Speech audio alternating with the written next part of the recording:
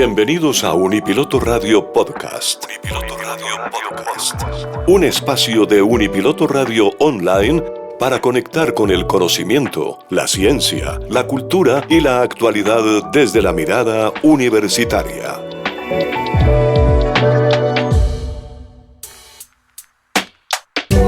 Aquí exploramos ideas, compartimos experiencias y abrimos conversaciones que reflejan la investigación, la innovación y el quehacer académico de la Universidad Piloto de Colombia. Conocimiento que transforma.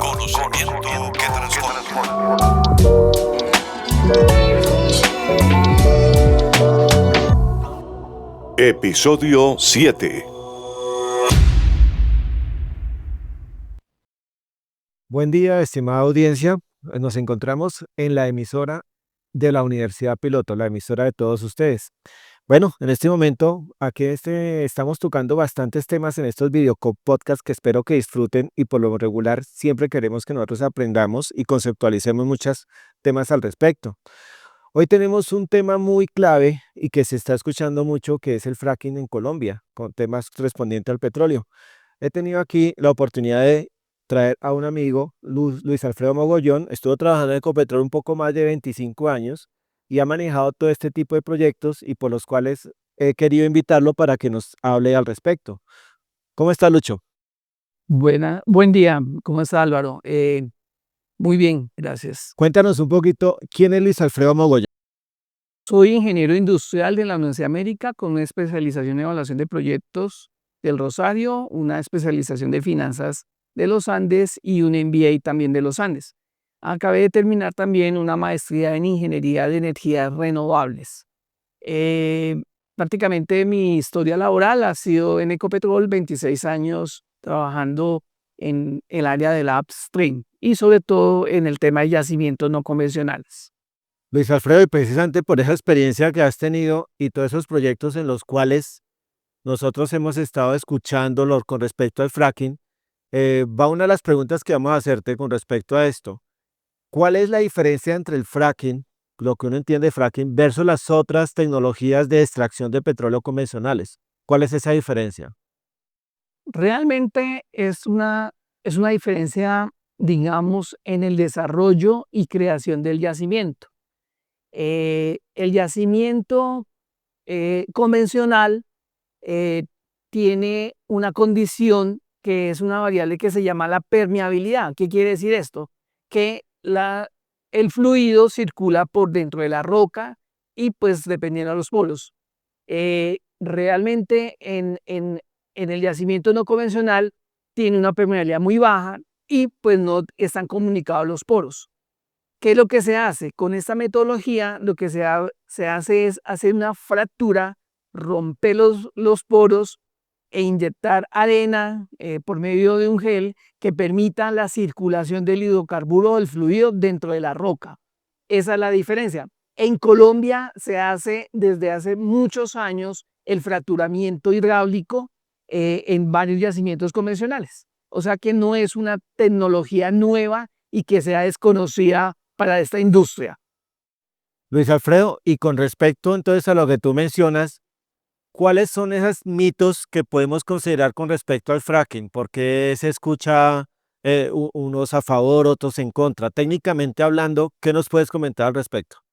Bueno, hay que partir de las emisiones de CO2. Entonces, las emisiones de CO2 en este proceso es más o menos de 8.5 toneladas por cada 1.000 barriles producidos. Cuando hacemos el proceso convencional, que es el normal, puede llegar a superar, dependiendo el tipo de yacimiento, de tipo de área, a más de 40 toneladas por 1.000 barriles producidos. Pero si vemos el tema de los renovables, que hoy pues se especifica que son los que tienen mejores situaciones, que hacen menos emisiones, pues realmente lo que encontramos es que está en un orden de 3 a 5, porque es que acá se tiene que unir para poder generar el renovable todo el proceso que conlleva a ello. ¿Qué quiere decir? Que la minería, cuando se saca litio, cuando se hace todo esto para poder generar, por ejemplo, las baterías en los automóviles, pues hace una afectación ambiental.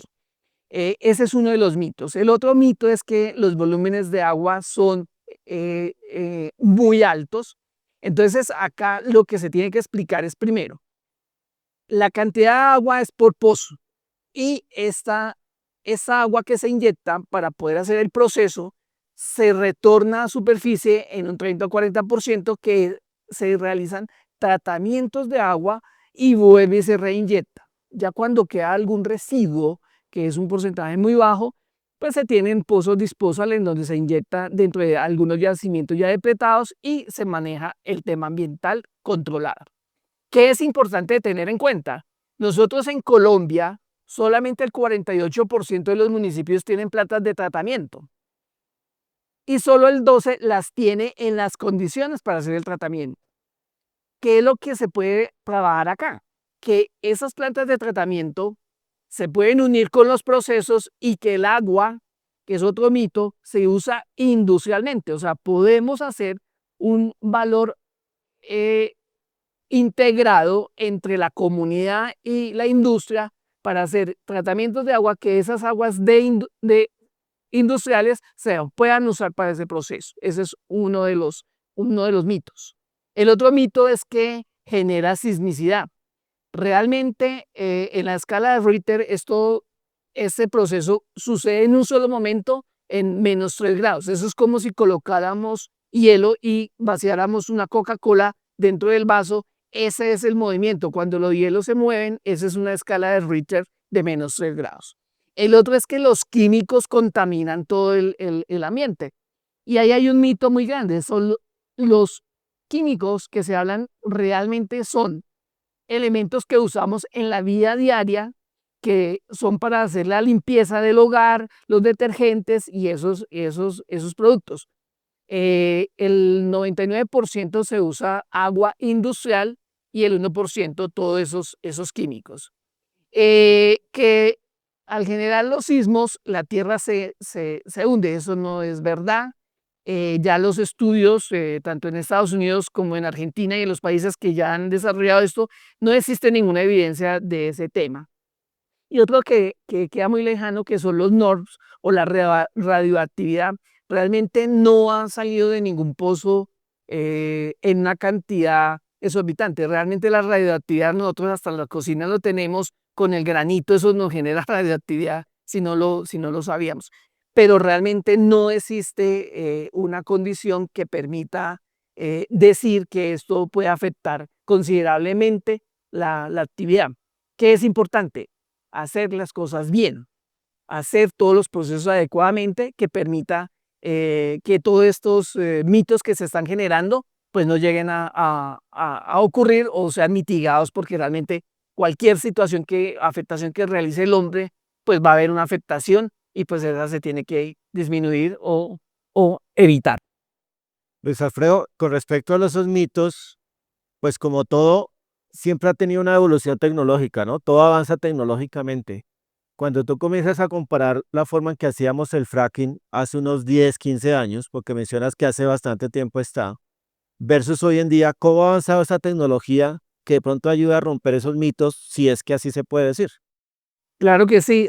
Yo en el año 2010 y 2011 estuve en Estados Unidos visitando todas las operaciones de procesos de producción de yacimientos no convencionales y lo que observaba era, digamos, actividades y procesos que eran un poco mayor. Aquí hay algo importante, aquí se aplicó justo a tiempo. ¿Qué es justo a tiempo? Que al bajar las herramientas en el pozo se hacen varias actividades y se evita hacer huellas ambientales en ese sentido. ¿Qué otras cosas se han encontrado? En que se ha unido el tema renovable con los no renovables. ¿Qué quiere decir eso?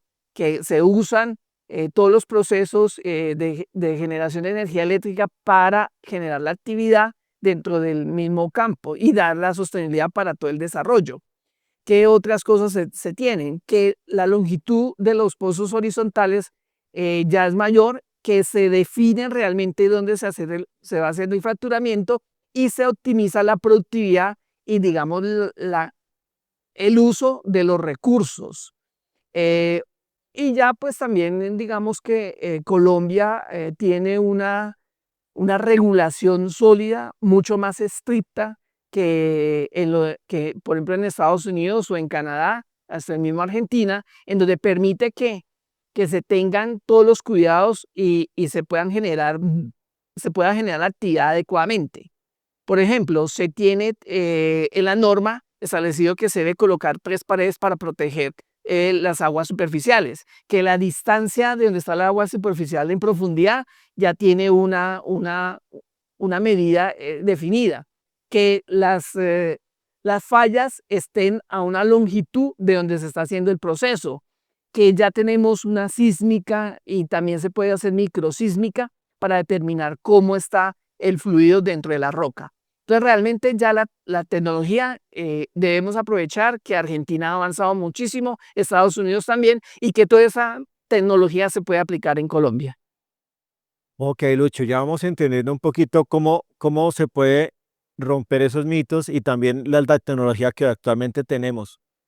Si comentamos un poquito cuáles serían todas esas variables o qué deberíamos de considerar para hacer un fracking, llamémoslo responsable, técnicamente viable, ¿qué se debe considerar en todo para hacer un proceso de estos? Algo que con la unión de la maestría que hice en ingeniería renovables es que realmente debemos todos entender que yo tengo en un espacio o en un área es energía y que esa energía, bien sea renovable o no renovable, lo que permite es saber qué puedo hacer. Entonces, si yo tengo la no renovable, pues me va a dar el apalancamiento para poder crear toda la energía renovable. Y la energía renovable me da la sostenibilidad en el tiempo porque esta pues tiene continuidad. Eso es bien importante anotarlo para poder empezar a, a, a que la comunidad, la sociedad, pueda entender que hacer un desarrollo de estos se vuelve muy clave para Colombia. ¿Qué otro elemento es importante? Que necesitamos gas. Nosotros estamos a puertas de estar solo importando el gas, eso nos va a incrementar los costos. Tenemos unos yacimientos no convencionales que tienen gas. Ese gas está cerca de la refinería de Barranca. Podemos activar la petroquímica, podemos crear todo una procesos de crear fertilizantes y toda esa parte. Lo otro es que la economía del país se puede triplicar. ¿Por qué? Porque genera el encadenamiento productivo que tiene este proceso es bastante, bastante grande. Necesitamos traer una arena o un propante para poder colocar en cada pozo. Necesitamos tener agricultura, que es tener la goma guar. En algunos casos tendría que estudiarse si ese sigue siendo la alternativa, pero es una posibilidad. Crearía bienes y servicios, todo el tema indirecto y crearía una economía mucho más fuerte, que también permitiría que con el gas que le llegue a más familias este, este insumo para poder hacer sus procesos o su vivienda mejorar. Creo que ahí hay muchos elementos que permiten que esto realmente sí debemos hacerlo en Colombia. Y las comunidades, las de las zonas, cómo ¿Cómo se pueden trabajar con ellos. beneficiar? Sí. Se pueden beneficiar en que se genere toda la energía de renovables, que se permitan tener mejores carreteras, que las plantas de tratamiento de aguas, en lugar de que estén enviando, porque como lo comenté, solamente el 12% tiene buenas plantas de tratamiento y el 48% de todos los municipios en alguna forma, que tengan agua potable, que tengan energía, que tengan como por ejemplo, si traemos ese propante que viene del exterior, podemos crear líneas en que no se cobre y sacar productos al exterior. O sea, se puede crear toda una dimensión de encadenamientos productivos que permitan dar un progreso al país mucho mejor. Tú mencionabas, Lucho, entre la parte del desarrollo técnico que ha tenido países como Argentina, Estados Unidos. ¿Qué de esas buenas prácticas conoces que pudiésemos tener en cuenta aquí para Colombia, para el caso colombiano? Eh, en primera instancia, entender que las emisiones de carbono son bajas. O sea, no son altas como lo perciben todo el mundo. Segundo, que ya la tecnología está aprobada, ¿sí? Y que genera una economía de encadenamientos productivos. Por ejemplo, en Texas, antes no producían goma guar y hoy es el segundo productor de ese insumo que se requiere para el proceso. O sea, todo eso ya está sobre la mesa para aplicarlo. ¿Esa goma Watt en qué consiste, Luis Alfredo? Goma guar es lo que se usa para la gelatina, ¿sí? Que deja como gelatinoso eso, y se utiliza para colocarlo dentro del proceso, que cuando lleva el propante o la arena dentro del yacimiento, pueda llegar la arena a esos puntos y permita que cuando se vayan a cerrar los poros deje los espacios pertinentes para que siga migrando, saliendo el hidrocarburo.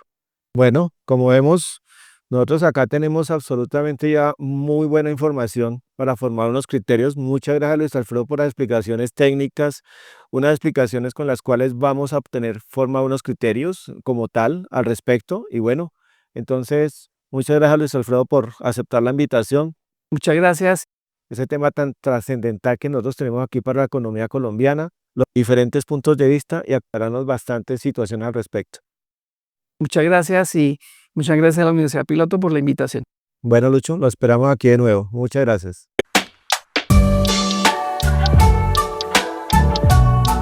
Estuviste en Unipiloto Radio Podcast. Explora más episodios. Descubre nuestra programación en Unipiloto Radio Online y síguenos en redes. Nos encontramos en una próxima edición.